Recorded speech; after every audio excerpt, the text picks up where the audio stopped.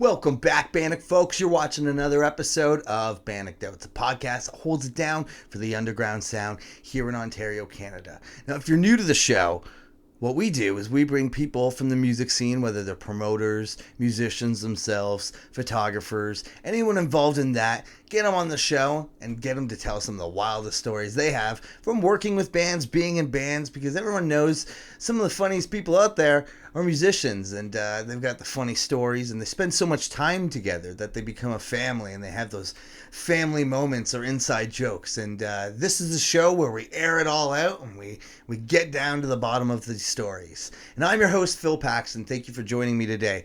Now, if you haven't already, give this video a like, leave a comment down below, and if you aren't already, subscribe to the channel. We've got lots of cool content on there, lots of cool interviews that we've done in the past.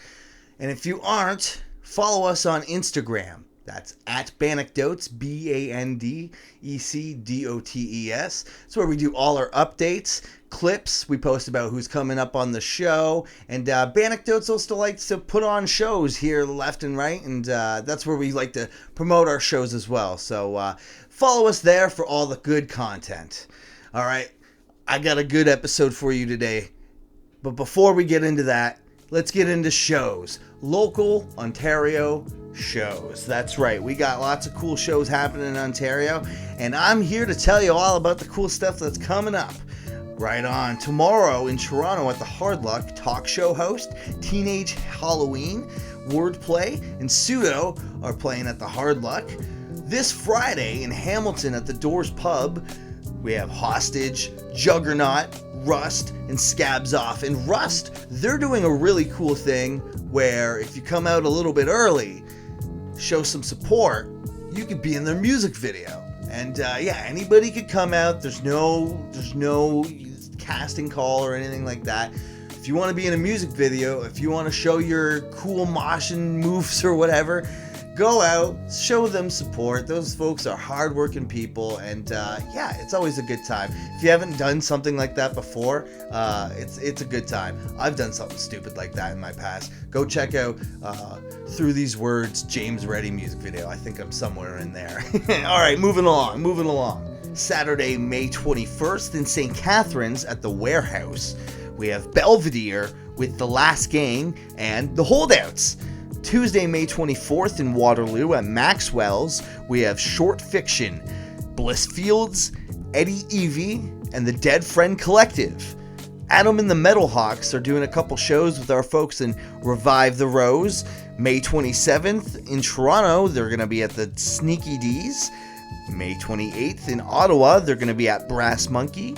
And May 29th in Barrie, they're at the Queens. Friday, May 27th in Brampton, however, at Spot One Grill and Music Hall, we have Milspect, Mile End, Cohesion, Bar Down, and Gavel. That's going to be a killer show. Definitely go get your tickets for that. If you like hardcore in any capacity, you should definitely be going out to that show.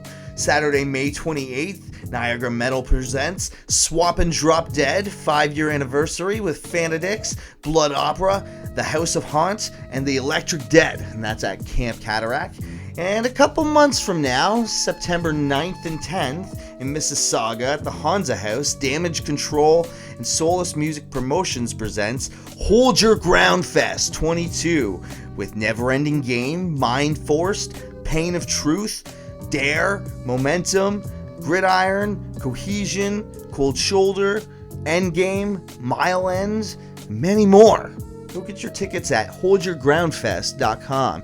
And I've been told that there's a low ticket count, so make sure you scoop them quick, because maybe in a month or so you might not be able to. And let me tell you this festival is going to really impact that Ontario hardcore that, you see myself and a lot of other peers in the scene talking about, build this thing up, because like I always say, and I've always said on the show, a rising tide floats all boats. All right, folks, I know why you're here. We have a very special guest for you today, and I'm super excited that he came on the show. We're talking about the man, the myth, the legend himself, Justin Hardcore Warrior Weaver. Now, if you're unfamiliar with Hardcore Warrior, He is a hardworking individual, has been working hard for the last 20 years or so. Started off as a one-man band, solo project where he would just go up there and scream his heart out and work really hard at these songs, and did everything he could to try and get his name out there. It was not uncommon to see him at every show back in the day. I even asked him how many shows he was going out to, because my friends and I had like a joke that we would say that like there were multiple hardcore warriors, because there was an army of them, because they would go to every show. I swear one buddy of mine said he was at one show in Burlington and came back to St. Catharines and said he saw a hardcore warrior at both shows. I'm not entirely sure if that's true, but I'm just telling you, he had a huge impact on the Niagara music scene, and I know that you probably are familiar with him, but I'm just letting the people who aren't necessarily familiar with Justin. He is amazing. We had such a good time. Justin, if you're watching, thank you for coming on the show. We had such a good time together. He's just such a ball of energy, and we get to the bottom of things. All the stuff that you think you know about him, we get all to it. So buckle up, grab yourself a drink, and let's get into this.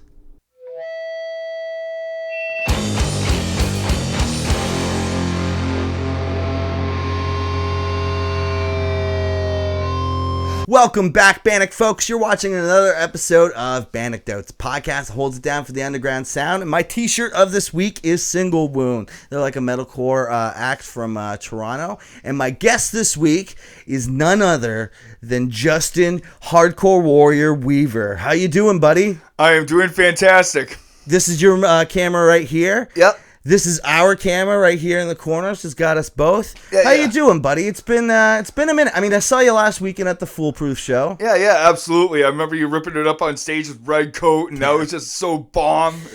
Like, that entire show was fucking fantastic. I had never had so much fun in the last few years because of COVID, right? Was that the first concert you had been to since the pandemic? I went to see the Electric Dead play with the Wake. And Halloween. On Halloween, but, I had to run home during the Electric Dead because of a family emergency. Oh, boy, sorry to hear about that. It happened, but at the same time, I still enjoyed the shows, but it's harder for me to get out knowing I got things going on at home. And yeah.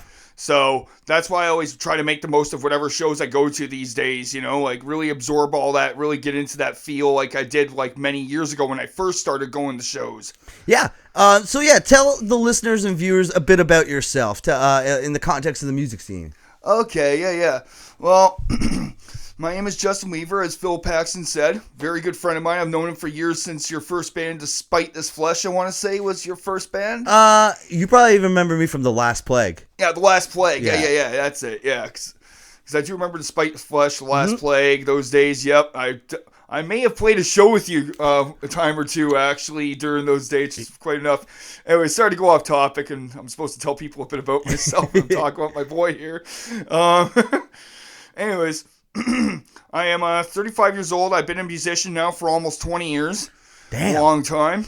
I started playing guitar when I was 16 years old, and then all of a sudden I kind of just rushed into doing Hardcore Warrior just out of nowhere. I just wanted to do something fun and something simple, so just something that's pure from my heart. And then you years after that, you got together with your brother, and exactly. now you're doing Synergy of the Fallen. Yep, now we're doing Synergy of the Fallen, dude. That's great. Yeah. So how long has Synergy of the Fallen been a band for? We've been a band since 2013, so we're going almost 10 years, actually. Next year will be our 10-year anniversary. Shit. So thinking about that, me and my brother really got to step up our game and find ourselves that permanent drummer we've been dying for the last few years, because our friend Jay Falagari from Well and Wasted left the band in 2018 because, he had his reasons to leave because, commitment issues and all that. It happens, and I totally understand and support him 100%. Mm-hmm. And like I said, thank him, because if it wasn't for him, we definitely wouldn't have found our sound that we were looking for. You guys put an EP out, was it last year or the year before that? It was actually in 2020. We recorded it at Eddie Lucas Studios. Yeah. With Davis Maxwell. Davis. Yeah, Davis Maxwell played drums for us on that. He did. And he did a phenomenal job on all 4 tracks. And we literally only had an hour to rehearse those songs before we just jumped right into it. Yeah, I love it. Yeah. And the fact that he is a phenomenal drummer. He could pick up on things like that. I'm like, it was just crazy working with a studio drummer because I've never had to do that before, but it was so worth it. Have you seen him perform with Last Wretch? Yep. They're really good. Oh yeah. Yeah, they play a good time. So yeah, you've been, like you said, you've been in the music scene for quite a while now. Like you said, like you started out as Hardcore Warrior mainly. Where did that name come from? Honestly, I was just writing down like a bunch of songs in class, just doing normally boring high school shit, Teacher would be talking about something. I'm sitting there writing my music down, thinking about like my head in the clouds kind of thing, just doing my own stuff. And I'm like, I really need a name for this heavy hardcore project, and I need to have that hook and at the time I was thinking about wrestling a lot, and I'm like, Hardcore Warrior, and then all of a sudden that first name that popped in my mind was Hardcore Warrior, and I just stuck with it. Yeah. Because it kind of reminded me of the Ultimate Warrior, that extreme in your face like mentality. Yeah. And it suited my personality so much more back then, because back then I was so full of fire at every show, like even before my band, basically if I was opening a show, I'd give all my energy out on stage and I'd still somehow have enough left to rock out and have some fun with the other bands that would be playing after me. Yeah, so you just kind of brought it up, but like if you were at fucking every show back in the day, man. Like, so like it wasn't uncommon to see you up at the front, fucking headbanging right along to the band. Didn't matter what band it was, you were there. Yep. You were rocking out, and I mean, you're a local staple of the Niagara music scene. Like everybody knows that. Yep. How many shows did you go to in a month approximately back in like say like 2004 and 2005? Yeah. I would honestly be at like around 4 to 5 shows a month. Eh? Yeah, usually 4 to 5 shows a month, which is quite a bit for a youngin' back then, especially, back then it was cheaper to get into shows and stuff. Like, it was great. And I was always having a good time supporting and watching all these new bands come up and do their thing. Wow. So I want everyone to realize how many shows that actually is. That's roughly about 50 shows a year. That's a lot of fucking shows. That's more shows than people play, especially around this area. Oh, yeah, for so, sure. like, you were definitely a dedicated individual. You supported the music scene through and through. I could always count on you being on a show. It was just like, it was so cool to always see this. Wow. Fucking, approximately 3 to 4 shows. I couldn't do it alone because I had a lot of help during those days. Like, I had outside promoters helping me get my name in the door, get my foot in the door. Like, Pat Murphy, great solid dude, worked with them for many, many years. And he taught me pretty much a lot of the ins and outs of the industry, as well as Joel Carrier. He's tossed me a bone by getting me into Scene Fest, and same with Jen Anderson, Stumble, all those guys. I am grateful 100% to anyone who has helped me pursue my goals and make everything happen. Even when I didn't really want to believe in myself some days, it was great knowing I had support. Ah, that's lovely to hear. I love that. And I want everyone to know that's watching that when you do say those kind of things, like you are resonating with people. That's awesome. That's great. So how did you get into like heavy music growing up? Like what was like that spark before you even had the idea of starting Hardcore Warrior? Honestly, I've been listening to music since I was like literally a baby, because my dad would always have music blasting from his high twin tower stereo setup that he had. What bands?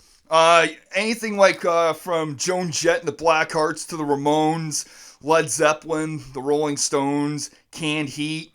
Nice. Yeah, nice. Yeah, he was a real rocker, and there was always music playing. And I remember my first heavy metal CD I got was Metallica, the Reload album. Nice. I cranked it up. I had Fuel on repeat so much that I pretty much wore that track out. It couldn't play anymore. But that's how you do it when you're into a song, you know? Yeah, absolutely. And what? Sorry, I know you mentioned it earlier. What age did you get your first guitar at?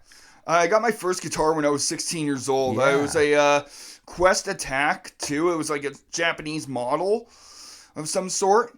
Pretty beat up, like you couldn't really play a lot of the lower scale frets to do a really good solo, but it still held up pretty good. I was definitely happy to play it at when I first started as Hardcore Warrior, before I picked up the my guitar that I use mostly all the time at all my shows, the ESP Explorer, that black, really wet, badass looking one. The reason why I wanted that one is because I loved a lot of bands like Pantera, Megadeth, Slayer, like all those bands grew up and they always had these badass looking guitars, and I was like, fuck, I really want that. Yeah. So and it's great for me to run around with on stage because it doesn't take up too much room. Because anyone who's seen me at a show knows one thing. I don't stand still for no one, not even when I'm screaming into the mic. My legs and my hips are always moving. That's right. Even when I didn't have a drummer, I was just like stomping Tom Connors in those days. Just keep your beat moving yourself. And you mentioned earlier that you played Scene Fest. I actually played Scene Fest in 2006, 2007, 2008, and 2009. Holy so 4 shit. years in a row. Oh my God, that's more than I've ever played it. Yeah. Wow. That was crazy. And like consecutive. Yep. And the craziest thing was Scene Fest 2009. My set time was around the same time as Every Time I Die in Mariana's Trench. Yeah. So even though I had that show got rained out for those bands, unfortunately, I still remember everyone piled into 73 that day, literally just to see my set, and I'm like, that was awesome. Oh, fuck yeah. Yeah. That was a good moment for you, eh, Oh, buddy? yeah, exactly. Like, sometimes your luck strikes out. Like, I didn't expect my first time playing Scene Fest 2006 to have Red Square packed to the tits at 3 o'clock in the afternoon. And here I am, nervous as shit. Everybody was there. I know you were there, Phil, and everybody was there. I definitely loved it. It was great. And for those who don't know, because you and I are a bit older, Red Square was a communist bar in the basement of Mate, downtown St. Catharines, which is not a thing anymore. Yeah, unfortunately, Red Square parted. I think they lost the bar. Or Paul sold the bar. I think of 2007? I can't remember. No clue. Yeah. It was a good venue, though. I liked that It was place. a good venue, especially for bands that wanted to start out, Mm-hmm. and especially for DIY promoters who have little or next to nothing, because it was cheap to rent out the venue, and as long as you made the bar money, which made them happy, they would be more inclined to do business, because as a lot of venue owners know, it is not easy running a venue these days, especially with the amount of liquor costs, the liquor licenses, all that loopholes that you got to go through. It's hard, but it's worth it. So. Yeah, well, and nowadays with the pandemics, right? Are venues still even existing? They're keeping a hard time staying afloat, right? Exactly. So, I'm so blessed that the warehouse hasn't given up despite their setbacks. Yeah, we had Eric on the show, and he kind of described himself why and how he managed to make it work. And now that they're doing shows there, I think we'll be seeing more and more shows happening. Oh yeah, for sure. And I That's definitely can't wait for Synergy to fall and to jump on one of those shows, because that's when we plan on coming back. Is we definitely want to play the warehouse again. Is that some of your plans for this year? Is you want to get back playing more of the shows? Yeah, exactly. Like, we've just been, lackluster on doing so because of our struggles and not having a drummer between. After Felagari left, we were trying to get drummers, and sometimes we'd have people play, but then they're not interested, or whatever the case may be. It's frustrating, but at the same time, my brother and I just refuse to give up because we both believe in it so much. That's Even right. as we get older and we have our own personal priorities aside, we just say, let's just squeeze in some time to do it because we loved it and we've been doing it for so long. It'd be crazy to give it up. You did a live stream, right? Yeah, we did a live stream at the Upper Space back in 2020 with Christy Hales' little space that she created with a good friend of ours that's no longer here, Paul Wheeler, who unfortunately passed away last week to cancer. Oh shit, I didn't know that. I'm so sorry. Yeah, that was definitely not a good week, but it happens, unfortunately. It's hard to see a lot of our musicians aren't doing as good health-wise as they should be, but, we all just got to keep pushing forward and keep fighting back. Well, that's the thing about musicians, and I know people do talk about it fairly often, but, it's fairly discouraging to be a local musician. It's hard to get your music out. It's hard for someone to come out to a show. Back in the day when we were going to shows...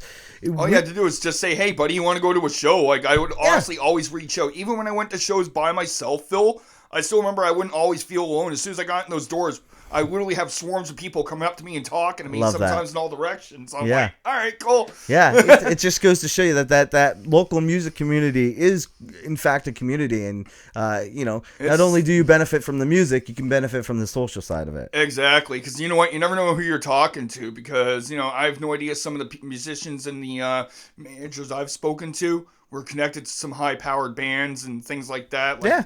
And sometimes that's how you end up on the bigger shows, because it's not what you know, it's who you know, unfortunately. In some cases. But at the same time, that's, like I said, just because you know a lot of people doesn't mean you can always get your way, and that's where some people I've noticed have become self-entitled, and I kind of just shy away from that because I prefer to keep it real and knowing that I'm true to what I do.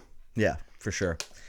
So... have there been any other bands in Ontario that have caught your attention within the last, couple of years?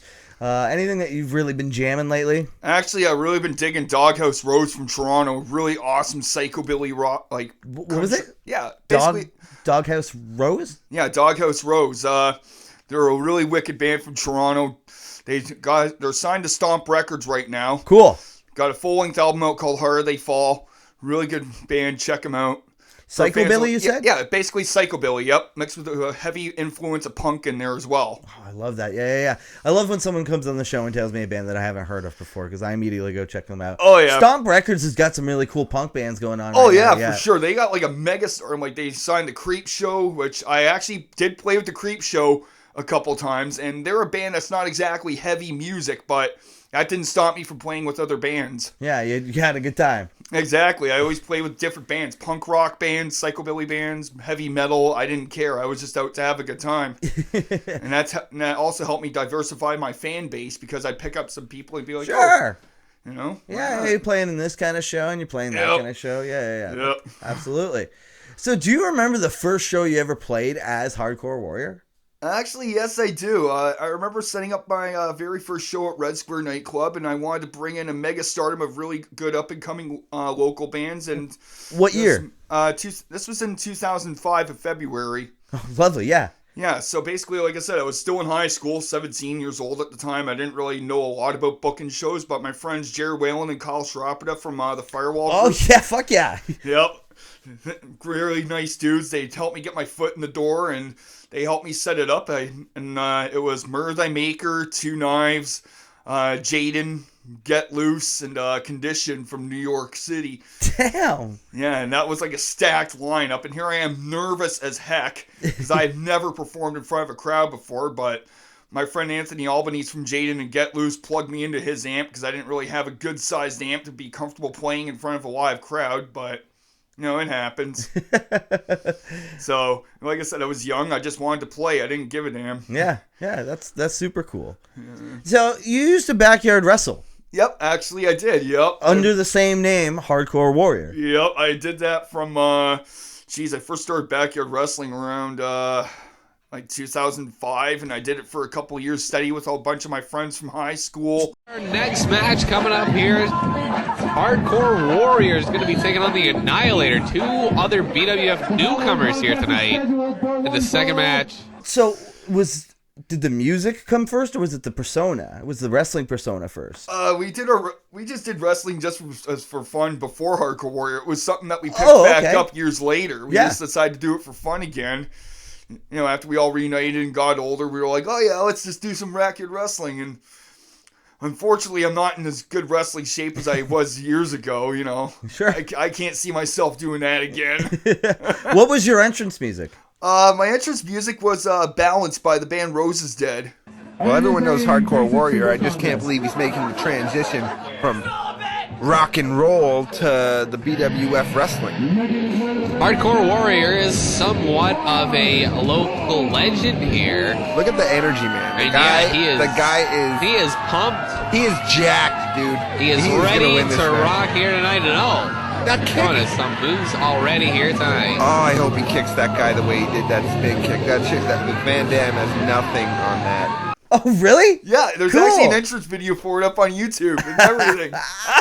That's cool. Yeah, I loved Roses Dead. They were one of my favorite bands back in those days. Like, I always jammed their Stages album and their 3-song EP. Yeah. I still have that copy at home. Yeah, I want to get one of those guys on the show. If you're listening, Rose is Dead, and I know you are. Come on the show. What was your finisher as a wrestler? What was your finishing move? I always did the choke slam. I always loved doing the classic choke slam. Yep, Kane. Yep, Kane. Yep, Kane was one of my favorite wrestlers growing up, and ironically, I'm not a big guy, so it always looked kind of awkward and funny when I did it, but it was still fun. Which one's Hardcore Warrior? Oh my God! What is Hardcore Warrior doing? Was I told you. Was that a choke slam? What? Oh my God! A very sensual pin as well. Now, did you have any highlights or like in your wrestling career? Like, did you win any belts? Did you? I won the Intercontinental Championship in my backyard wrestling days. I was also a tag champ. Yes. Who was your tag team partner? It was actually my brother, who was known No as the way. Annihilator. He's the Annihilator. Yeah. What was his entrance music? Fist of Rage by Kid Rock. He loves Kid Rock. He loves Kid Rock, eh? Yep. Right on. That's funny because his influences are like Disturbed, Kid Rock, and my influences from myself, I'm a metalcore guy. So Bullet for My Valentine, As I Lay Dying, Kill Switch Engage, Yeah. Unearth. Yeah. Yeah. Fuck yeah. And what was his finishing move? His finishing move was the Fist of Rage, which is basically the full Nelson, where you walk, it's pretty badass. You'll tap out. What's one of the coolest performances you've ever seen live? Because I know you go to a lot of shows. Oh, man. You know what? Anytime I see the legendary Klopex play back in those days, they would put on some of the most craziest shows where at the end of the day, Josh goes through the table. Yeah. Or otherwise known as Sweet Pepper Klopex. Yep. And now he's doing the Monsters of Schlock. Have you seen this? Oh, Monsters of Schlock? Yep, Yeah. I've seen that. Yeah. And, he does a really good job at it, too. It's pretty wild. I think he was on Canada's Got Talent or something. Oh, hell yeah, exactly. Yeah. So he's doing quite a bit of cool stuff with that. Yeah. Well, you would say Klopex is, outside of the Ontario, like I'm even talking like even bigger bands. Like Bigger bands? Okay. Yeah. Definitely Lamb of God comes to mind. When I saw him play at Echo Beach in Toronto with Corrosion of Conformity and Clutch, that was such a cool show. Same with, I've seen Nightwish play live at Massey Hall back in 2018, and they put on a phenomenal show. Yeah. Have you seen Slipknot? I've seen Slipknot. Yeah. Yep, they're good. I was gonna say, I figured you have. I assume that you've just seen every band. Almost every band. The only band I haven't seen is Anthrax, and you know what? I definitely want to see Anthrax because I saw they have their 40th anniversary tour coming up, and I can't believe they've been a band for 40 years now, and they're still kicking ass. Have you seen a band that's no longer around anymore because like maybe somebody's passed away or something, or like have you never got to see Pantera, did you? No, unfortunately, I did not get to see Pantera. No. Sadly, Dime was murdered when I was in high school, and I remember crying like a baby. Shit, yeah, that did happen. Yeah, and like I said, and that's part of the reasons why I always say security is always important at shows because you never know who's going to pull some shady shit, That was kind of fucked up, eh? Yeah, that was. Yeah. It almost seemed a little too suspicious, too, because it's like, how the hell does that happen? That's what I kept running through my mind, like... I only know a little bit about that scenario. Do you know where that happened? That actually happened at the Arosa Villa up in Columbus, Ohio. Columbus, Ohio. Yeah, Okay, back in 2004. Literally 10 minutes into his band Damage Plan set. Guy comes out of nowhere and fires like 4 shots, hitting Daryl twice. Yep. And I could only imagine the look on his brother's face when he saw that because, I'm a family guy. If anything happened to my brother, God forbid, I'd be broken. Didn't the shooter ended up getting shot? Yep, he ended up getting shot by the police officer because he was going to kill more people if he didn't do that. And there was no question in my mind he was going to kill more people if he didn't have to do it. Wow. Let's get on to a lighter topic. Oh, yeah, absolutely. Yeah, Rest in peace, Dimebag. What's one of your favorite meals? Because you are often posting on social media some of the stuff that you're cooking. And what's one of your favorite homemade meals? What do you like to make at home? Honestly, I love making tacos because you can make tacos in many different ways. It's like turkey meat, chicken, ground beef, sky's the limit. Yeah. Sometimes I'll mix it all up after I cook it off just to get all the different meat flavors. Yeah, man. I like the nice meat tacos. Yeah, it was like a farmer's wrap kind of thing. Yeah, pretty much. Yeah. Tacos, eh? I like good tacos. Is there a good taco place in the area that you go to if you're not at home? I wish they still existed, but the Lost and Found was my go-to place. Oh yeah, downtown. Yeah, I went downtown to Lost and Found all the time. Yeah. Yeah, they did all right. That sounded like a good crack. Yeah, my neck. I got Slayer neck syndrome. Years of headbanging. Like and all of a sudden, I'm like the corpse grinder neck. Yep. Just fucking. Some people have asked if I ever thought about having a 6-pack on my neck, and I'd say that would be freaking sweet. Now, I'm sure most people who are familiar with Hardcore Warrior have definitely seen the Fury Beyond Hatred video. Fury Beyond Hatred video. Which is one of the cool... You got to go see it if you haven't seen it. What was your inspiration behind that? Who helped you film that? How long did it take you to film it? Let's hear all about it. Oh, you want to hear the full details? Oh, let's see what I can remember, because I filmed that video back in 2009, and that video came off the album I released about a year prior. Thunder Under Pressure. Yep, Thunder Under Pressure, which sold about over 1,000 copies independently. No which way! is quite an accomplishment, and I'm not bullshitting you, man. Check That's those sick! numbers. Yep. Fuck yeah, dude. Yeah, I did pretty good, and like I said, thanks to Blacktop Records for helping me release that album and getting it in stores. Yeah. So, Ben Andrus, he's the man, so I always hold a special place in my heart for that big fella. Yeah, he's a good, solid dude. Oh, yeah. So who shot it? My friend Michael Tuvey from... Michael! Yeah. Dude, I just met Tuvey, in December, because he does lights for My Son the Hurricane. And he's kind of passing the torch to me, because he can't do it so much as much. That's cool. So he shot that video. Yeah, he shot that video, and it took us a couple days, because we had to shoot it at 2 different scenes. We shot the first scene up in Meriton, where I'm throwing stuff under that bridge, and burning and blowing shit up, and all that cool stuff. Then we did the second day in my backyard, because we had a backyard wrestling ring still built back then. It was in winter time. It was pretty snowy and crappy, which is funny because my friend threw the toilet right behind me in that video. And the toilet came from my house at the time, because we just finished replacing our toilet and we had nowhere else to put it in our backyard. And it just wanted to, it got used in a video, right? Exactly. Did Mike just push record and you just did whatever? Yeah, we literally just did spontaneous stuff. I just said spur of the moment, Yeah, and it turned out great. Oh yeah, it turned out awesome. I definitely was proud of my video for sure. Now, you have a really interesting upbringing. Yep. I definitely was. I was raised actually by nudists, and you heard it right, folks. I was raised by nudists, and I'm not ashamed of it, because, I love my mother and father, and they believe, if you were born naked, you may as well die naked. And that's a pretty interesting philosophy, if you ask me. Yeah.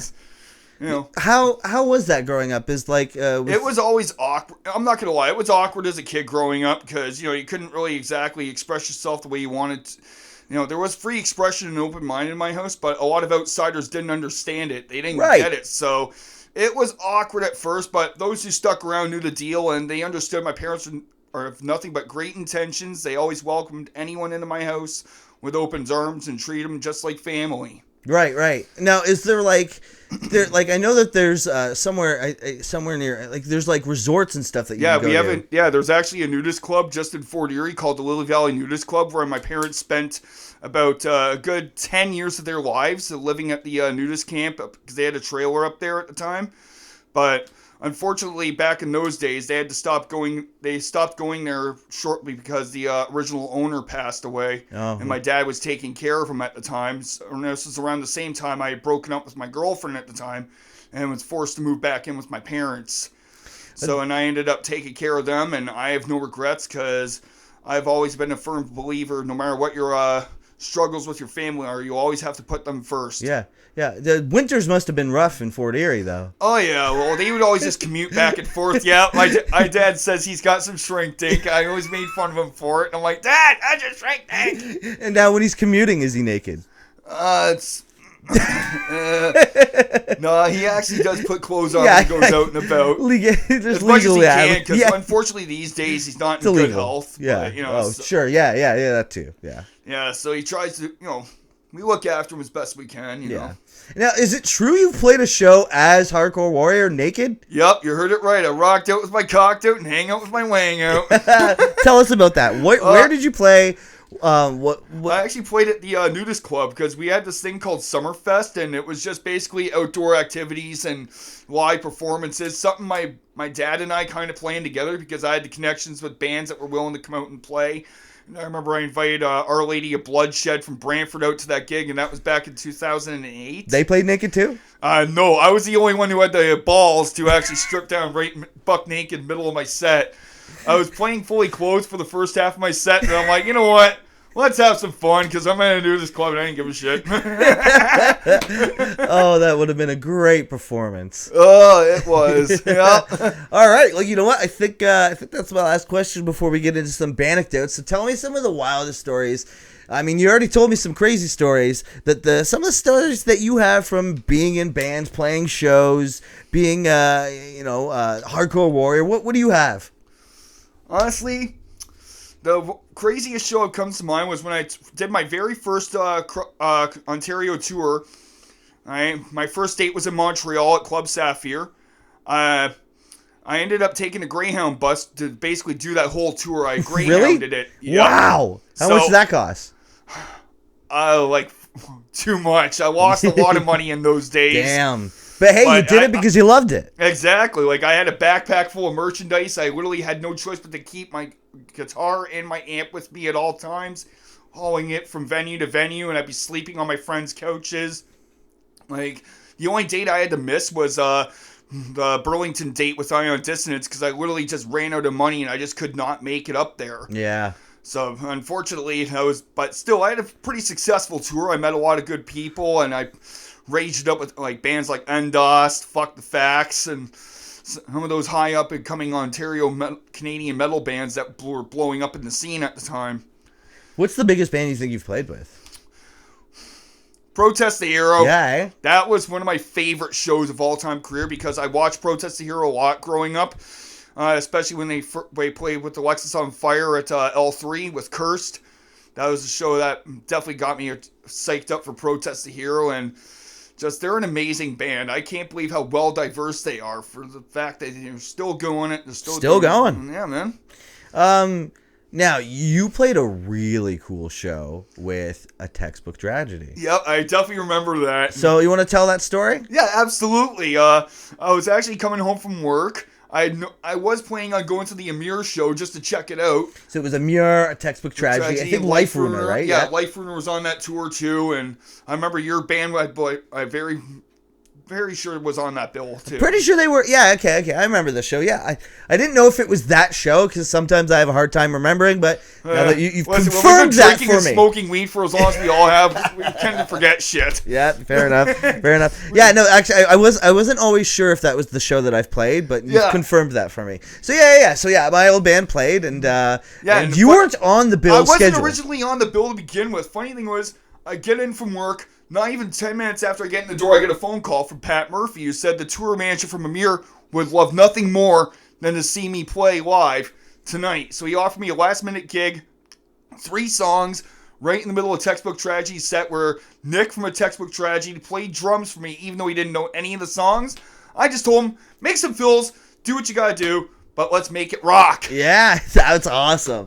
That's one of the coolest things that's ever happened. I don't know. That was some of my best moments. Like, honestly, I'd say my best years as Hardcore Warrior were definitely from 2005 to 2009, because, 2010 was when I had to end it because of personal reasons. But at the same time, I prefer not to discuss that, like that's why fine. Exactly that happened. That's fine.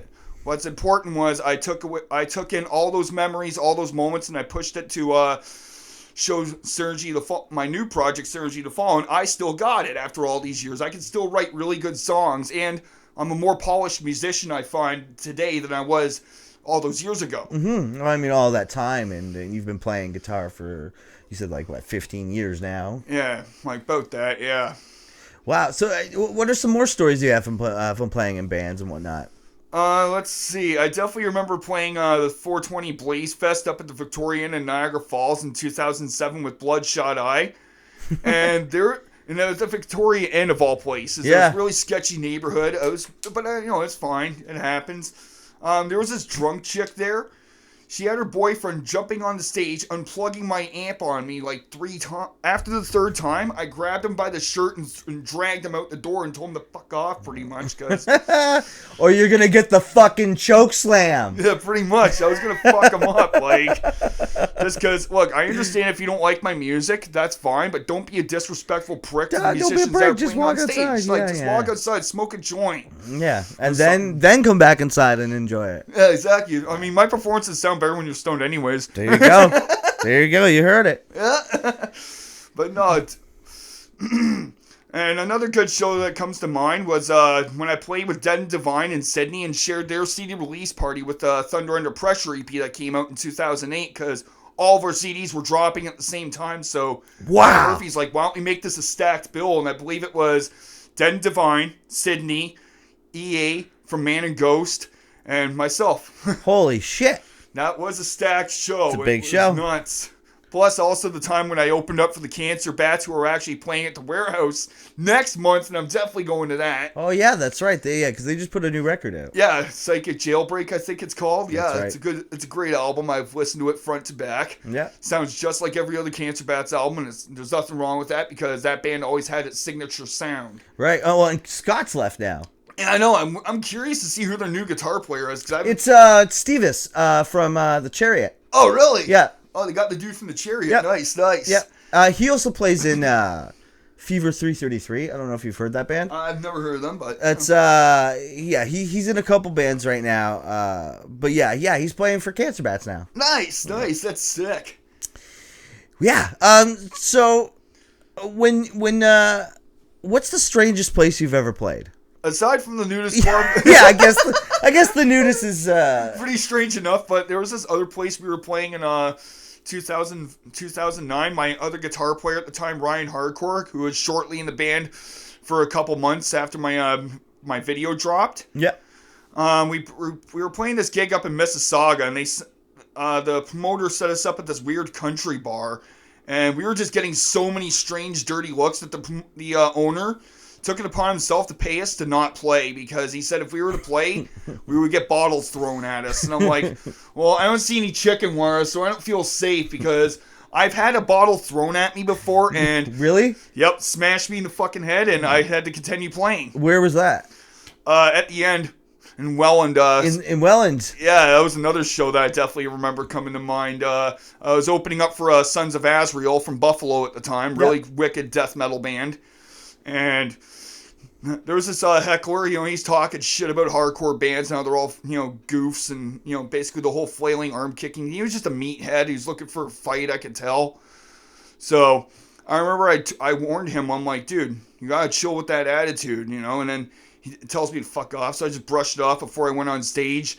I remember after the first song, he kept saying, "You suck, you f***," and I'm like, I just basically enough the homophobe.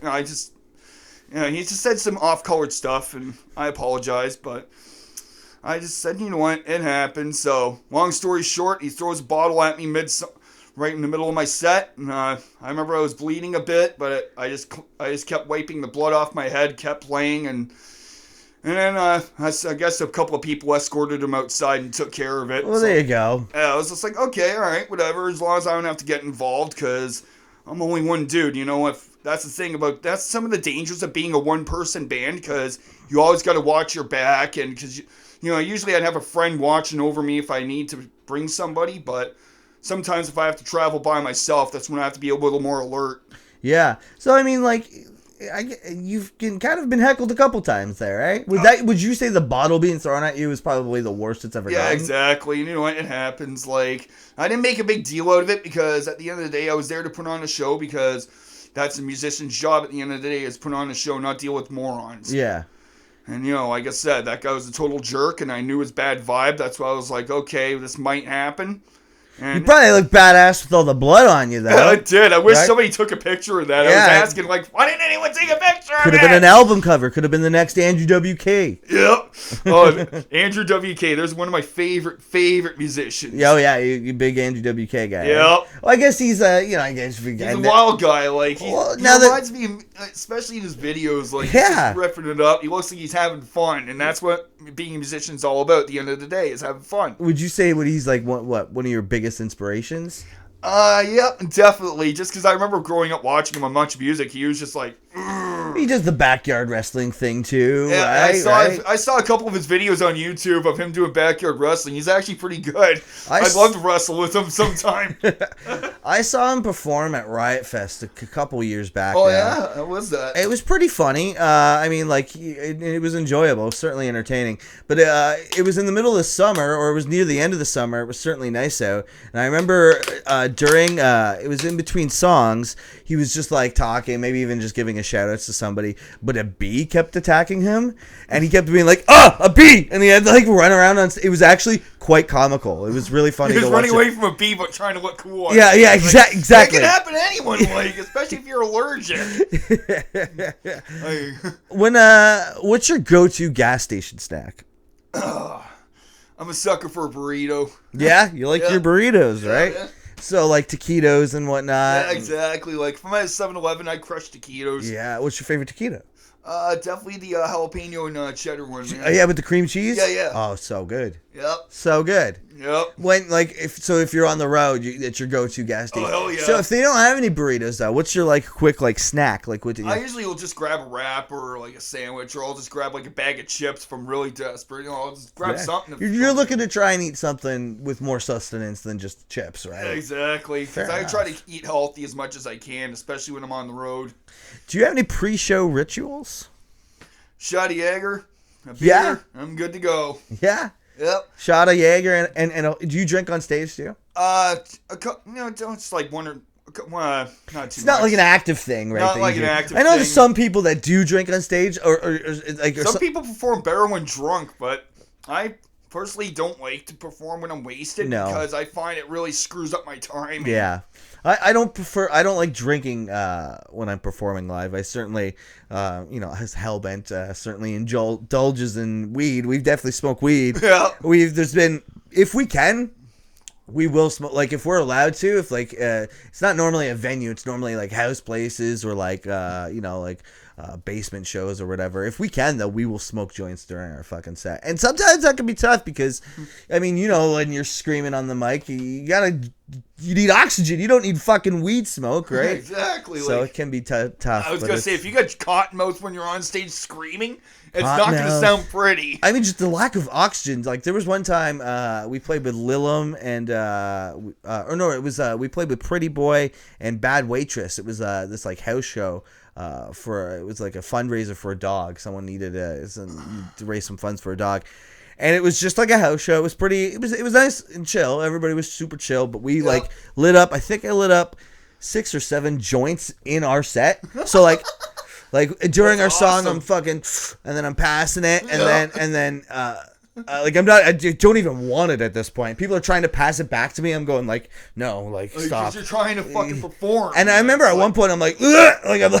I'm gagging because I can't fucking breathe. Yeah, it's tough. It's tough. Yeah. No, it's not pretty, but you know what, Phil? I've seen you on stage. You're always giving it 110% every time. So are you, buddy. Yep. You're always doing what you can. So shot of Jaeger and a beer, eh? Yep. Any particular beer, or is just cheapest on the menu, whatever you get? Cheapest on the menu. Like I like Budweiser, or That's your favorite beer, yeah, Bud? Yep. Favorite beer is always a good Bud. There you go, king of beers, right? Yeah.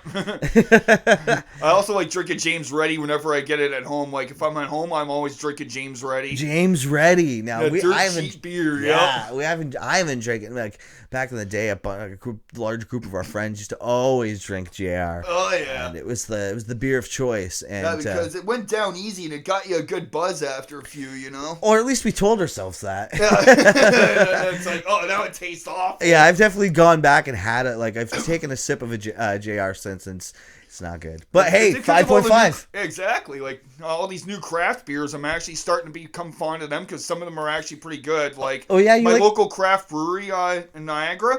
Definitely Cold Break. Yeah. On St. Paul Street. Shout out to them, I'm not a big fan of the local or like not to say that. Sorry, not that I'm not. I was gonna say that's pretty awkward. I'm not a big fan. It's not. No, I'm not a big fan of the craft beer and IPAs. Obviously, like I love to support local. Like wouldn't be doing Bannocktotes if that wasn't the case. But like, no. But yeah, I'm not a big fan of craft beers. But that's your favorite one, eh? Yeah. Because they make it pretty good. And my friend who I worked with for many years at Capola's, he actually is a beer distributor there. So it's like just friends supporting friends, and shout outs to Capola's, right? You worked there for a long time. Oh yeah, I was there for 6 hard years, and because of the pandemic, definitely wasn't easy to walk away from that. And plus, I had some like struggles because I was a dishwasher for over 10 years. I just needed a change, so that brought me to Food Basics. Well, and like that kitchen nightlife, that schedule is hard to schedule a band around. And exactly, like I was having a hard time, like, you know, even just getting out to shows. I wanted to see so many bands, but I couldn't because I was always working. So yeah, there was like in past projects before, we've had some people who have done the kitchen life and tried to do the band thing, and like it's not only is it hard to schedule practice, yeah, like you said, shows are almost impossible. Like it can be tough, and you were doing it for so long. Yeah, and you know what? Even the fact that like I had a pretty understanding employer at the time, he was always trying to work around my schedule as best as he could. But eventually, you burn yourself out trying to make everything work. Yeah. You're spinning too many plates, right? Yep. And if you had let's say Hardcore Warrior is at the level of Metallica. You have unlimited budget, or no. In this case, we'll say synergy because you're with your brother, obviously. Yep. So both of you have been given a crazy budget. You guys get the budget of like Metallica. What is in the green room waiting for you? What is the Rockstar writer? What are you writing out to let the promoters know what you want in your green room? Well, let's see. There'd be a coffee stand for my brother because he really loves his coffee. Just a coffee stand? Yeah, and like not just any coffee stand. It has to be the top of the line coffee. You know, it's got to be great, flavorful. Plus, we have our fruit and snack spread. Obviously some beers from my end. Plus a couple bottles of Jaeger. When you said stand, my brain thought stool. I don't know why I thought coffee stool. That's not a thing. Coffee stool. No, stool is what comes out of you after you had your coffee. Would you have any like celebrities if you could hang out with you? Like, oh yeah, I definitely would love to have David Draymond from Disturbed hang out with us because I know he's a fellow pothead, so I have a feeling we'd share some funny stories and hang out. Yeah. Yeah, I'm sure he's probably got a handful of stories. Yeah. Would there be any like video games or movies? Yeah, we'd be playing friggin' Xbox all the time. No. What's your favorite? What's your Honestly, I don't own an Xbox personally. Sadly, I've never been a big video game guy growing up. Oh, okay. Yeah, but if I were to pick, I'd definitely do a Call of Duty kind of guy because I like my first player shooters. You like FPSs. Yeah, and plus I also like role-playing games and things like that, so I'd look up stuff that contributes to that. Do you play D&D? Nope. No, you've never played D&D? No, I never played D&D. Not your thing? No, not my thing. I don't know. My brother plays D&D, and I know that you're friends with my brother. Yeah, I know Dan does, yeah. Shout-outs to Dan Paxton. Yeah, I actually went to high school with that guy. I went to Kernahan back in... Do you have any stories about Dan? Let's fucking air his dirty laundry out. Let's go. Dan would, honestly, I have no crazy stories about Dan, but he would always be rocking out with us at the high school dances. We would always start mosh pits to every rock song, and the teachers would scramble in there to break us up because they think we're fighting, but no, we're just rocking out. Yeah, like that sounds like my brother. Dan and I would always raise hell at Kernahan together, and he's still one of my oldest friends. Yeah. Yeah. He's a solid dude. He's got himself a steady girlfriend, nice lady. Yeah. Yeah, so what else would you have in the green room? Just any food? Oh, fuck, I'd have all sorts of nachos, wings. Tacos? A good spread, you gotta have a good spread of food because you gotta get yourself pumped before you go on stage, and nothing gets more excited after you eat some good food. Yeah, for sure. I love that. Yeah, so you got kind of like a party going on in your green room. Yeah, pretty much. If you have to be a party because you have to have that mentality before you go on stage that this is gonna be the best show of my life. That always has to be that mentality. Would your parents be hanging out with you in the room? Oh, hell yeah. They'd hang out with us. And naked? No. Fully clothed, please. No, they don't really get naked that much anymore. They're just more of like, if they're at home, like that's where they usually spend most of their time. So fair enough. They're in their space. They just do what they want to do. And, yeah. My mom spends a lot of her time watching all these like old classic movies, anything from Elvis to Shirley Temple. Yeah. You name it, she'll watch it. All right, so I've only got one more question for you, my buddy. Oh yeah. What are your top 5 in no order favorite artists of all time? Anything that you've been digging for so long? You've kind of answered that along the way, but give us 5. If you can't give us 5, give us 3. I'll give you the top 5 off the top of my head. All right, Bullet for My Valentine, Pantera, Nightwish, Ailstorm, and I've never heard that last one. Ailstorm. I'm just bugging you. It's all good. No, it's like, fuck, no, this one comes to mind because it's a toss-up between two really, really high-level bands like Slayer or Anthrax. And I'm like, honestly, I'm more of an Anthrax fan than a Slayer fan, to be honest. Like, I love Slayer, but Anthrax has always been more of an influence to me anyway, so I'd have to pick Anthrax to be at that 5 spot. Cool. Right on. That's a solid 5. Yeah, man. Now, do you have any more anecdotes before we leave or anything? I just want to say, make sure you get out and check out your local musicians. Support them all you can. Shoutouts to all my favorite musicians around this area. You know, you're still doing your thing. Great. If not, all the more power to you. Fuck yeah. Now, do you want to plug your social media accounts, all the handles for what you got going on? Okay, well, our Facebook is facebook.com/Sergi the Fallen. We're on Bandcamp as well. We're on YouTube. Just check us out, look us up, and give our songs a listen. Cool. Well, you heard it here. Right on. Well, thank you so much, Justin.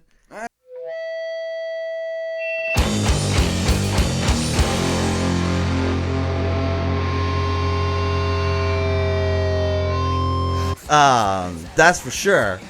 Nowadays, it's a little harder. It's a little harder to get on that trend. It seems to be a lot like of the social media trend, right? I'm finding nowadays lots of music that's being played on TikTok is becoming far more and more popular, but the sustenance, like the actual quality of the music, is drastically dropped. I feel like, in my opinion, my personal opinion, like most songs start off immediately with the hook. The songs are 2.5 minutes now, and what they want is that hook, because the hook has got to have some sort of quirky lyrics that's going to be able to put a TikTok video to it. Like people are keeping that in mind while they're making music. Now I'm talking mainly pop music. We're not like you. Now, as far as our type of music, we're more creative. We don't just stick to the same boring recipe and expect it to work. Yeah, that's just the it. Thing. You gotta be, honestly, I find the most important part of being a musician is being open-minded.